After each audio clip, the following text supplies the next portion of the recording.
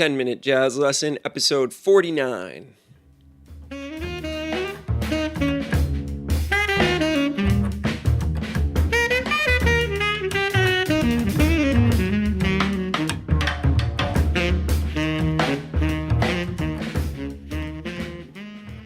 everybody, welcome back to episode 49 of the 10-Minute Jazz Lesson podcast. My name is Nick Manella and I'll be your host for the show. We are almost to episode 50, which is really exciting to me, and I just want to give a big shout out to all the listeners out there for checking out the podcast and helping to make this a great community. Our fan base is growing by leaps and bounds, and I've been getting a lot of good feedback on everything. So we couldn't do it without you, and just want to say thanks for listening to the podcast every single week, and we hope you get something out of it. So a couple of things in news this week. We have a brand new product in our store. I've written out 25 diminished dominant lines, and that's going to be available as a PDF in our store for only $5. These are some awesome lines. You guys know how much I concentrate on getting that diminished dominant sound in your playing. So if you're looking for some vocabulary to up your game when it comes to playing a diminished sound over a dominant chord, go and grab that today. You can find it in the store section of our website. And also, don't forget to check out our Inner Circle membership. That's only $5 a month. You get a transcription, you get the vocabulary pulled out of the transcription, you get lead sheets, you get all sorts of awesome stuff. I've been getting a lot of good feedback from people on that membership as well, and people are starting to sign up and really enjoy what they're getting. You can find that on the Inner Circle tab at our website, 10minutejazzlesson.com. So lots of new cool stuff coming online in the next couple of months. Keep your ears open and we'll keep you updated on what's happening.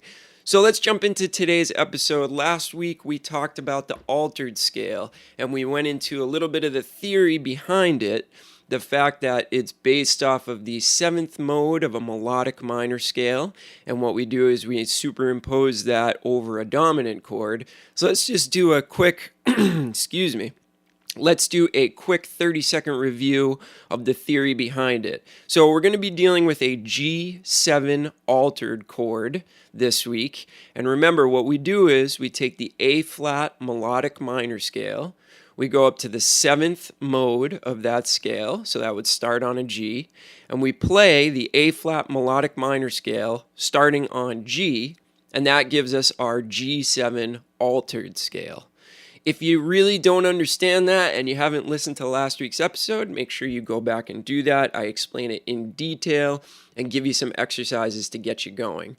So what we're going to do this week is we're going to get a little bit more advanced and we're going to start talking about certain triad pairs that you can use over the altered chord.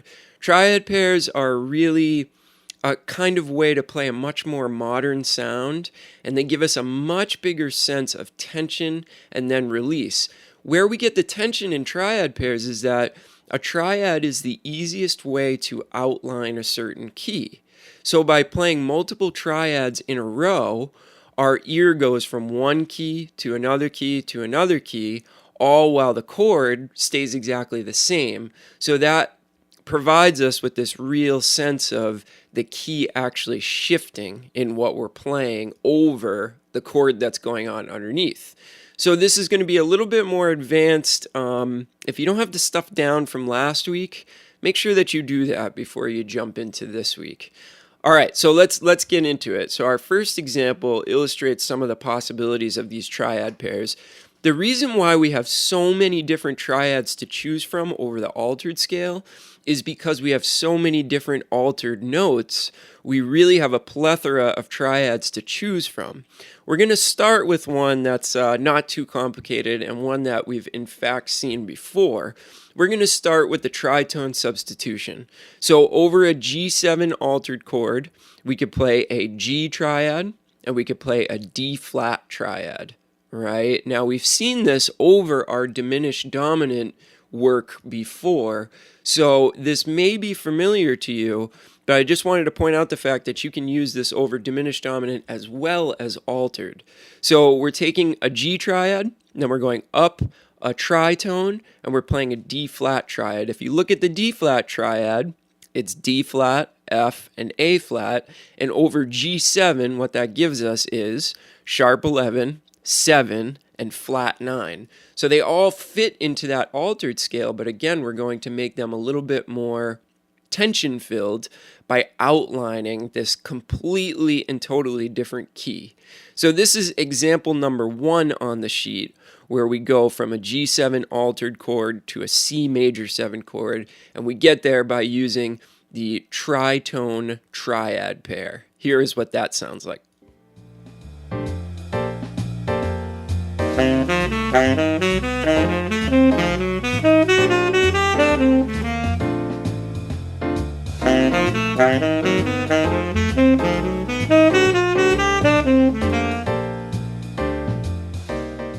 So a lot of tension, right? And that's really what we're going for this week, is that tension that's really going to give us this ultimate sense of playing super, super outside of the key, and then all of a sudden coming back in and resolving to a really nice note over the 1 chord.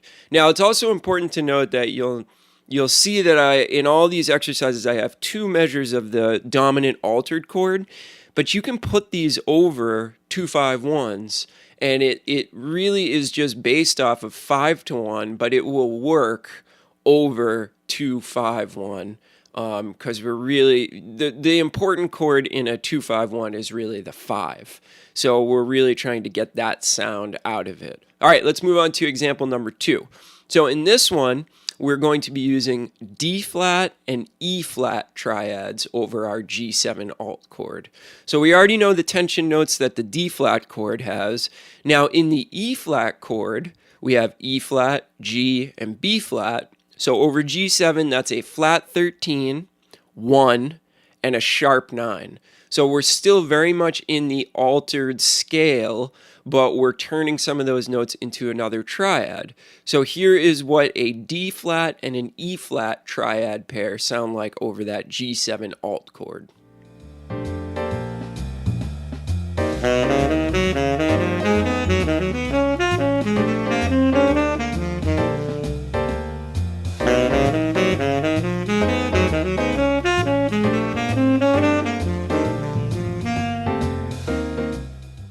So we're getting a little bit more tense here. I'm sure that you can hear it. That one is really, really filled with a lot of tension, but it kind of releases so nicely at the end of the line, right? So that is your D flat and E flat triads. Now we're going to get into an E flat and an F diminished triad.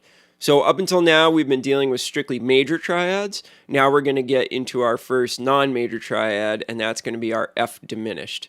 So we already know that the E flat triad is based off of the flat 13, and the notes in it are flat 13, 1, sharp 9.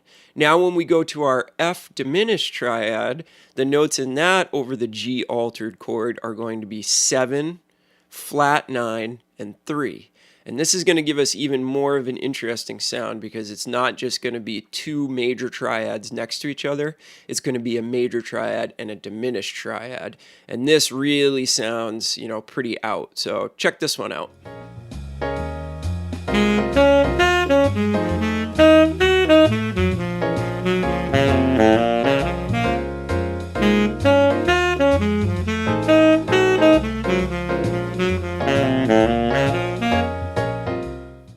So I really like that one. That one gives us a real sense of one key followed by another. It's kind of a sequence in the 2 keys, as all of these have been, but I think that one points it out a little bit more clearly. All right, and to finish up, we are going to use a D flat and a B augmented triad. So again, we're getting away from our major stuff, and we're going into other triadic qualities. So we already know what the D flat one is. We beat that one to death. B augmented is going to have the 3, the flat 13, and the 1. That's going to be our B augmented triad, and we're going to juxtapose this with a D flat major triad.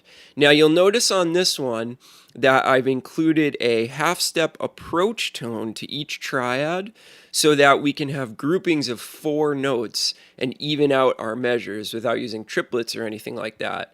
So you'll notice that the notes on beat 1 and beat 3 aren't actually in the triads. They're a chromatic approach tone to the first note of the triad that I would like to use. So here is what D flat and B augmented sound like.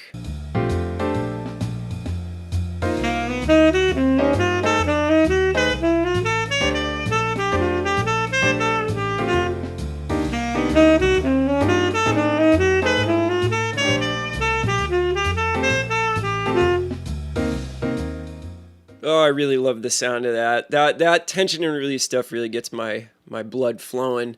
It's so cool to hear those keys superimposed over each other and right next to each other, and all that tension then coming to a release when the 1 chord hits. So, like I said, this is some advanced stuff. If you don't get it right away, don't worry about it. This takes a lot of work to actually get into your playing because it's more of an advanced concept, and if we don't have the basics down, we really don't stand a chance to actually get this stuff going. So take your time.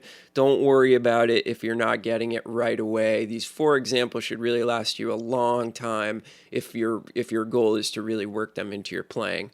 All right, that's going to do it for this week. Send me any questions on Facebook, or you can email me at 10minutejazzlesson@gmail.com.